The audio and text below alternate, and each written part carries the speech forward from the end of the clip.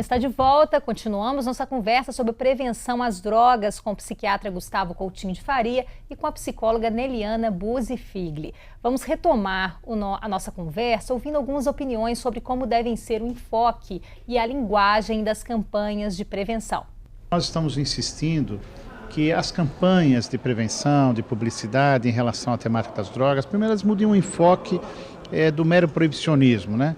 É guerra contra as drogas, enfrentamento das drogas. Precisamos identificar motes, significantes positivos para chegar a essas pessoas. E a prevenção exige criatividade para, de fato, a gente entrar no universo do jovem, com a linguagem do jovem, e não é simplesmente ameaçando, falando dos malefícios da droga. A juventude hoje comunica de forma mais ousada, mais espontânea, mais direta e mais simples ao mesmo tempo, via redes sociais, e nós temos que encontrar esse pulo do gato, temos que comunicar com esses meninos na mesma linha, com uma linguagem que diga direto do que nós estamos falando, uma linguagem rápida, interativa, em que ele possa se sentir sujeito da sua ação, e não apenas uma pessoa que vai receber uma informação simples e puramente. Você dizia, né, Gustavo, que falta educação sobre as drogas? Há uma escolaridade relativa, né, uma escolaridade que cresce, mas falta se educar para as drogas. Isso, porque educação, todo mundo fala que é importante para poder prevenir o uso de drogas, mas o uso tem aumentado na população mais escolarizada, que é, por exemplo, entre os universitários. Então, mas ainda falta muita informação sobre drogas para a população brasileira. Por exemplo, o uso da maconha, muitas pessoas ainda acreditam que é uma droga que não causa dependência ou que não causa nenhum prejuízo, sendo que aproximadamente 9% das pessoas que usam maconha regularmente se tornam dependentes dela. E se você pega uma faixa etária dos adolescentes, essa taxa vai dobrar. E isso está associado a uma série de riscos, como, por exemplo, piora do desempenho acadêmico, pior sucesso profissional, a pessoa vai receber menos salário no futuro, maior taxa de abandono escolar e mesmo aumento da probabilidade de muitas doenças psiquiátricas, inclusive de psicoses, que são um dos transtornos mais graves que a gente conhece. Talvez seja uma das únicas drogas que está associada a esse risco aumentado para psicoses. Neliana, nas sonoras ali, o deputado Antônio Jorge citou essa questão dos enfoques das campanhas. Eles ainda são enfoques ainda muito sem um direcionamento mais correto? A meu ver, no Brasil, sim, né? Eu acho que ainda segue muito a linha do diga não às drogas, né? O brasileiro ainda tem uma visão muito moralista do uso de substâncias, no sentido assim, a hora que você quiser, você para e não entra nessa porque é uma roubada. E não é bem assim, né? O que a gente tem que entender, assim, o jovem, ele quer viver, ele quer experimentar, ele quer experimentar sensações boas, não necessariamente a droga. Só que, assim, quem que vende uma emoção boa, né? Porque quando a gente fala uso de álcool, de drogas, uma população mais madura, os familiares, né, vão tentar passar o risco. Olha, cuidado, atenção. Mas quando você fala com os adolescentes e eles têm o primeiro contato, não é essa a imagem que eles têm. Até porque muitas das mídias são voltadas para o público jovem, né? As músicas são muito voltadas às campanhas. E essas campanhas falam o quê? De vida, de alegria, de saúde. Exatamente isso que eles falam. Isso, né, assim. E a gente fala, mas a gente fala do lado contrário, do lado ruim. Você fala, droga acaba com a sua vida, não sei o quê, e aí vem uma propaganda de álcool mostrando o verão, as pessoas bonitas, alegres, né? E ele usa, ele se sente bem. Essa vai atingir, essa não, né? Exato, ele usa, ele se sente bem, ele fala o que meu professor falou, o que os meus pais falaram, não tem nada a ver, porque eu usei, é tão mais legal. Então, assim, a gente tem que entender que as drogas existem desde que a humanidade é gente. Então, elas existem. Se elas existem, é porque elas proporcionam algumas reações de prazer. Agora, nós temos que ofertar outras soluções de prazer, né? A partir do momento que a gente entrosa esses jovens com as instituições, a partir do momento que esses jovens têm possibilidade de expressar, seja verbal, seja musical, seja no comportamento, o que eles querem, a partir do momento que eles têm liberdade, mas também responsabilidades a serem cumpridas. Claro que é um desafio muito grande, mas até nessa busca, né, de uma linguagem interativa, eu e a Lívia, nós estamos lançando agora um baralho que chama Oráculo da Prevenção.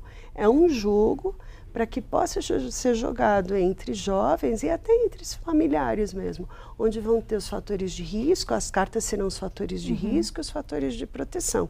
E aí cada qual vai poder elencar qual é o meu fator de risco, qual é o meu fator de proteção, sem necessariamente ficar pensando, é maconha, é álcool, né? Porque muitas vezes um jovem vai usar, por exemplo, muita bebida, porque ele é tímido e ele tem vergonha de chegar numa garota. Mas ele não pode abrir isso para os amigos dele, porque daí os amigos dele vão falar que ele não é corajoso. Então, assim, por que não conversar então sobre a timidez? Como que ele pode melhorar essa habilidade de comunicação? É isso que eu falo, a campanha preventiva ela tem que ter esse mote de mostrar a vida, de mostrar os recursos, de mostrar que a vida sem o uso de substância ela pode ser muito mais prazerosa. Olha só, para a gente esquentar um pouquinho o debate, a Política Nacional de Drogas sugere a adoção de atividades ao longo de todo o ano e também a prevenção explorando essa temática, modificando um pouco essa temática do uso de drogas para a questão da prevenção, das consequências, como você mesmo disse, né? Vamos ouvir mais uma opinião sobre isso.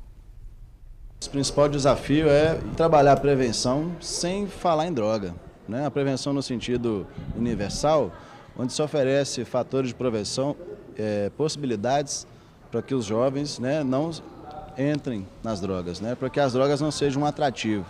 Para que a droga não seja um atrativo, eu preciso de oferecer outras possibilidades, atividades esportivas, projetos culturais.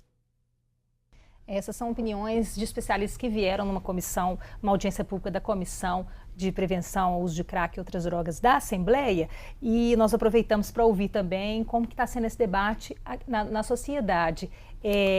Gustavo, como que os médicos trabalham esse contato com a psicologia também, né, essa parceria com a psicologia e com as campanhas, com a prevenção? Tem esse espaço, vem se abrindo esse espaço nos hospitais que ainda não existiam? Como é que é essa realidade? Sim, a gente tem que atuar em todos os níveis, né? Então, quando a gente fala em prevenção, você pode considerar que existe uma prevenção primária, que é essa atuação em toda a população, que é para educar, para reconhecer os fatores de risco da população e reconhecer grupos que a gente possa fazer intervenção mais específica. Mas quando a gente também trabalha com tratamento, é uma forma de prevenir também, que a gente previne os danos do uso de drogas, né?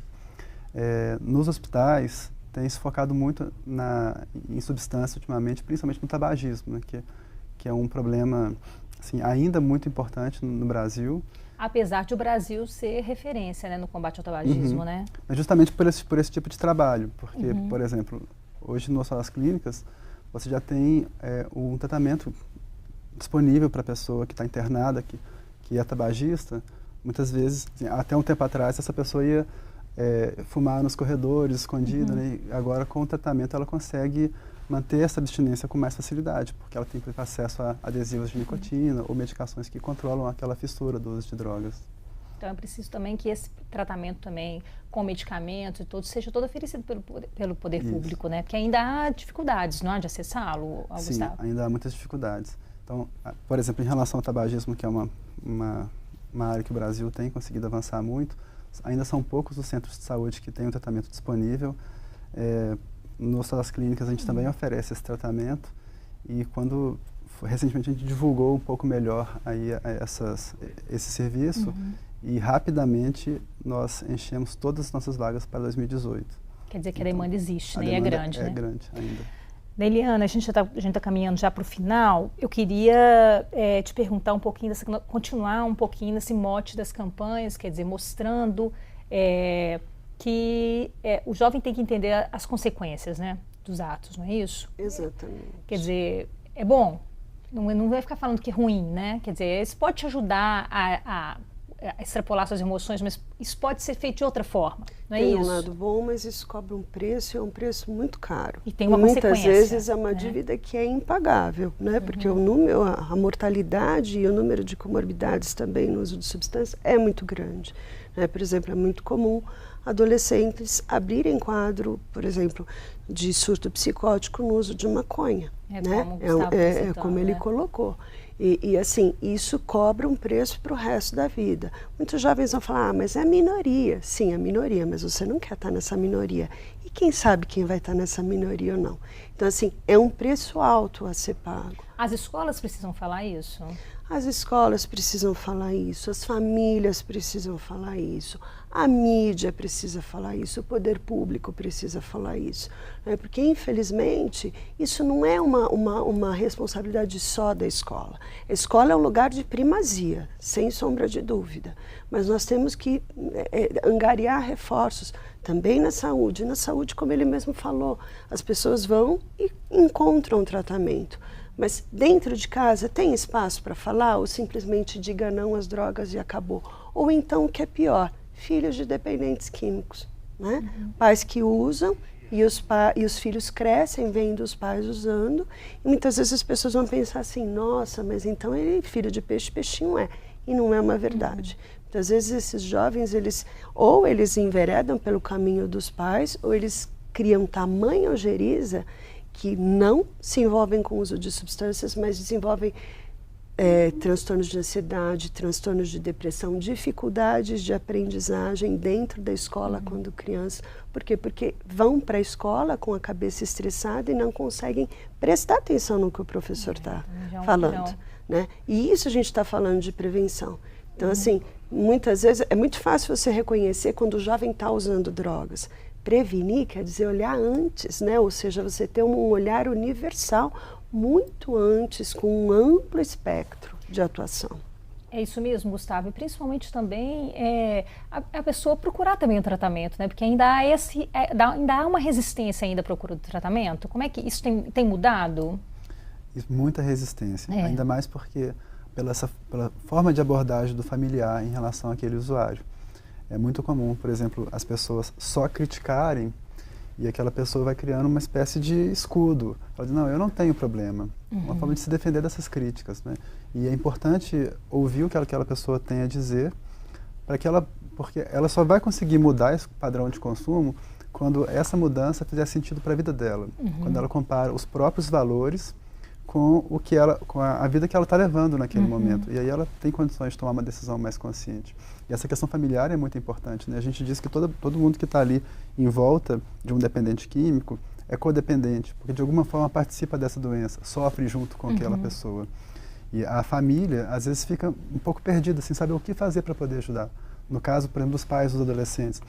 O que fazer? Assim, eu vou ser mais rígido, mais liberal? Qual que é o ideal para poder lidar com esse adolescente?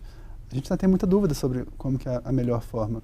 E trabalhar com prevenção também envolve conversar sobre isso.